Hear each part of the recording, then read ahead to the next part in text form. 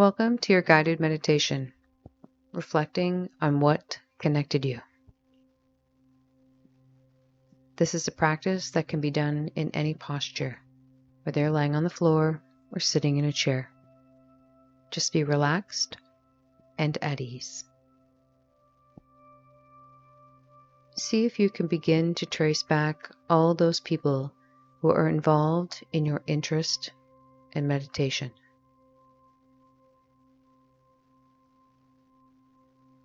Someone might have given you a book, read you a poem, played you a piece of music, told you about their meditation experience.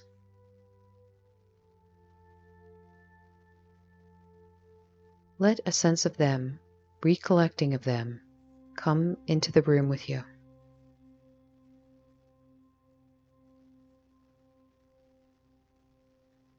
Consider including those who have really hurt you. Not those who you find a little bit annoying or irritating, but someone whose actions have really brought you to an edge, so that you almost said, "I've got to find another way to be happy. I have to look more deeply into life." After all, they're a part of why we're here now as well.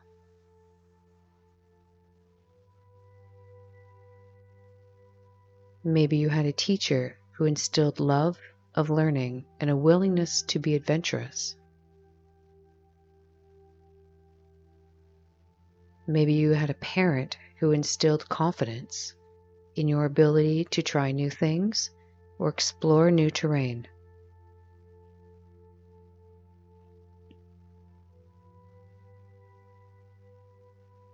Maybe you've had a child who's opened you up to a sense of wonder and interest. Just let them be here with you now.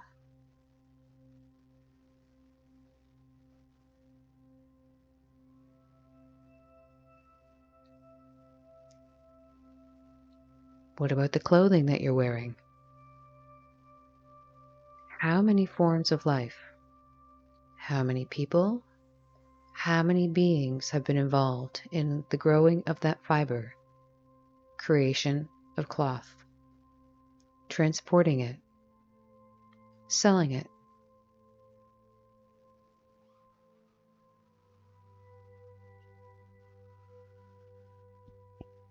The creation of the building of which you're sitting, or the stewards of the plots of land if you're outside.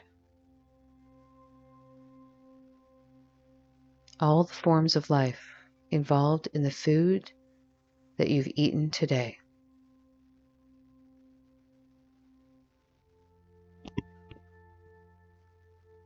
Creature in the earth who planted that seed and nurtured that crop.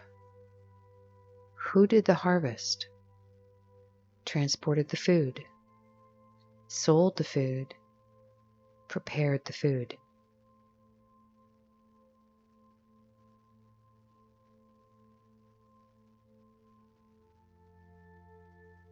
You can see that none of us is actually independent, alone, or cut off, however alone we might sometimes feel.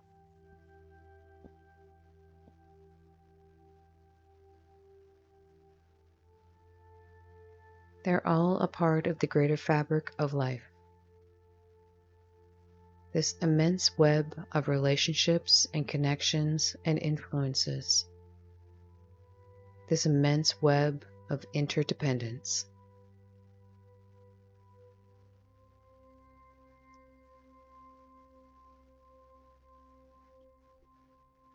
We arrive at this moment in time born by a sea, an ocean of conditions.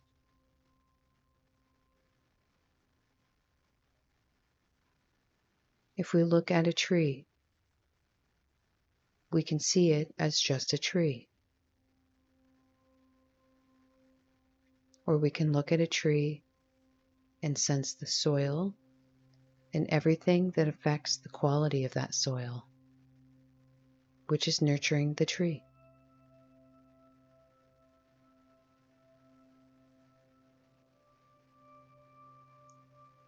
The rainfall. Everything affecting the quality of that rainfall. The sunlight and the moonlight. The quality of the air.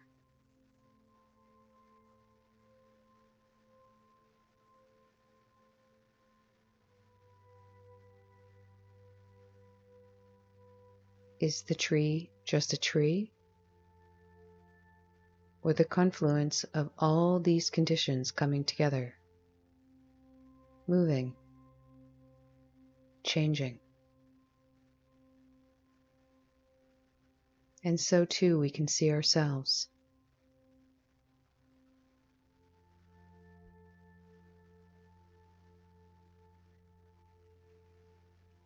Meditation on seeing the good, even though our more habituated tendencies might be to remember the things we've done wrong and the mistakes we've made, the things we regret.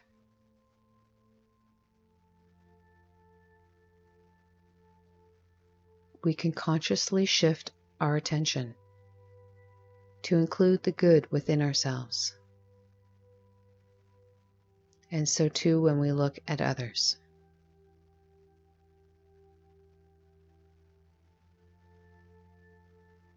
This is not an exercise meant to deny that anything is wrong or regrettable,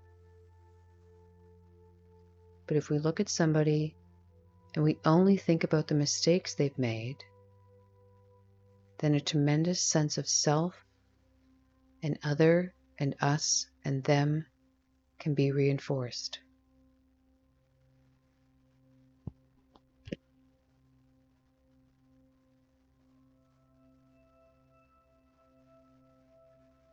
Whereas if we include even one good thing, if we can think of it, then a bridge is built so that when we honestly and directly look at what's difficult, it's more from a stance of being side by side rather than across this huge gulf of seeming separation. Beginning with oneself, just in a relaxed, easy posture.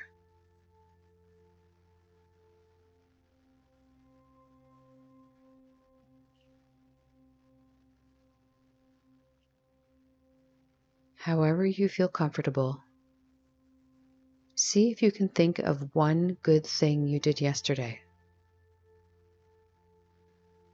It may not have been very big or grandiose. Maybe you smiled at somebody. Maybe you listened to them.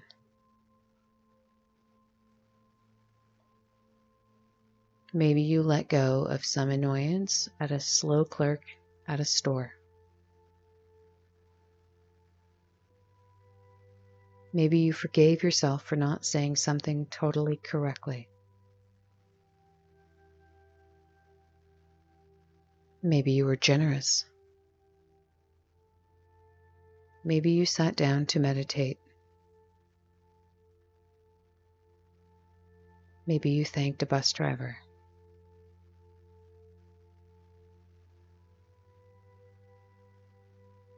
It's not conceit or arrogant to consider these things. It's quite nourishing, replenishing to take joy, to take delight in the good that lives through us as we can manifest.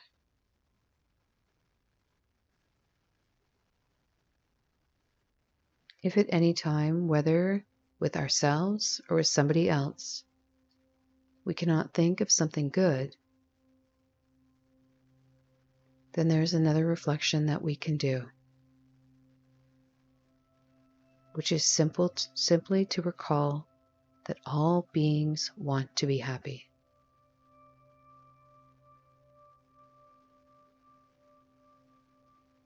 Everybody wants to be happy.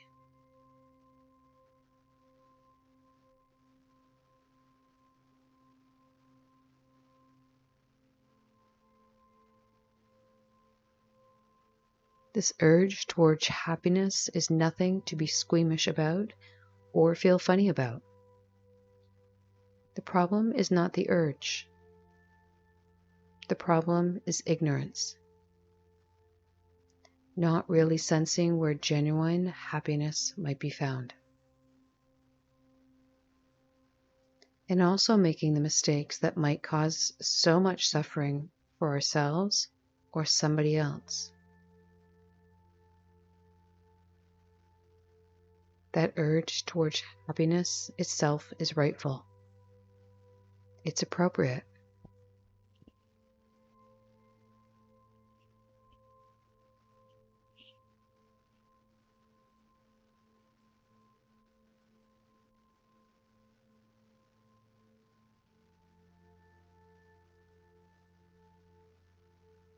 When we can combine it with wisdom instead of with ignorance, it becomes like a homing instinct for freedom and can help us cut through many obstacles.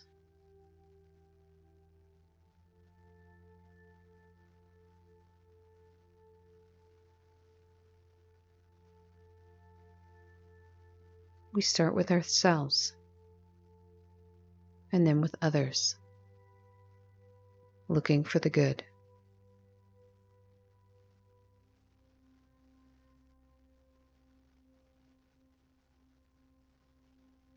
And if it's just not going to happen that way, we switch to this other reflection, recalling all that being wants to be happy.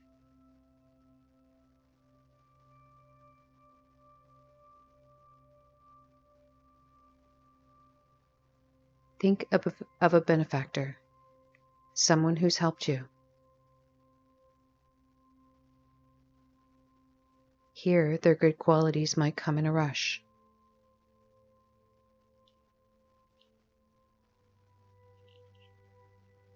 You can appreciate that about them, those aspects, those efforts, those acts of kindness.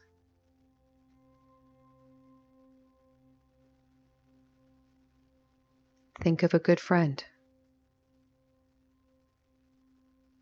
Appreciate the good within them.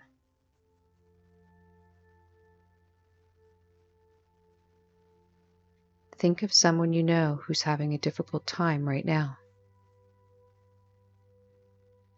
They're ill or hurting. Think of the good within them. The times they've reached out to help others, their own source of strength.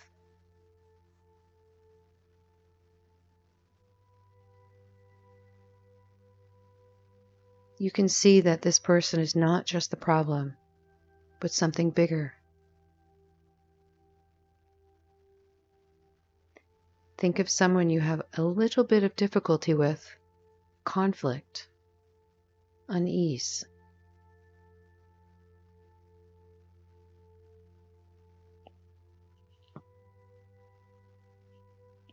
See if you can find some good reflected in things they've done, choices they've made.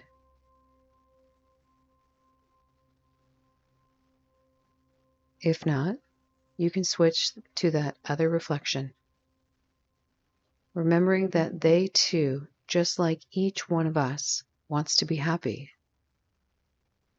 They want to be happy.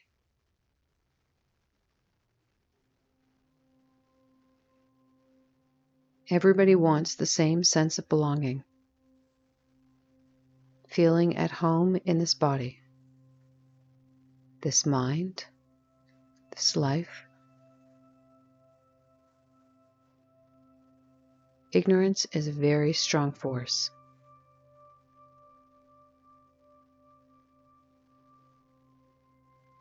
I will close with a few moments of the reflection that all beings want to be happy. May they be happy.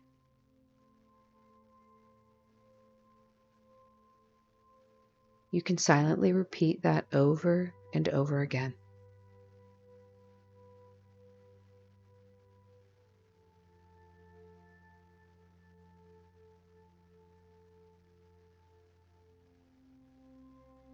You can close the session with a few moments of reflection that all beings want to be happy. May they be happy.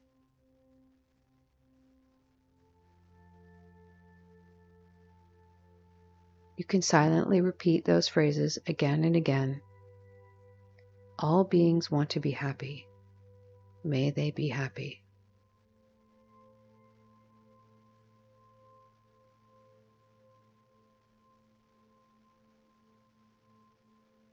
Namaste.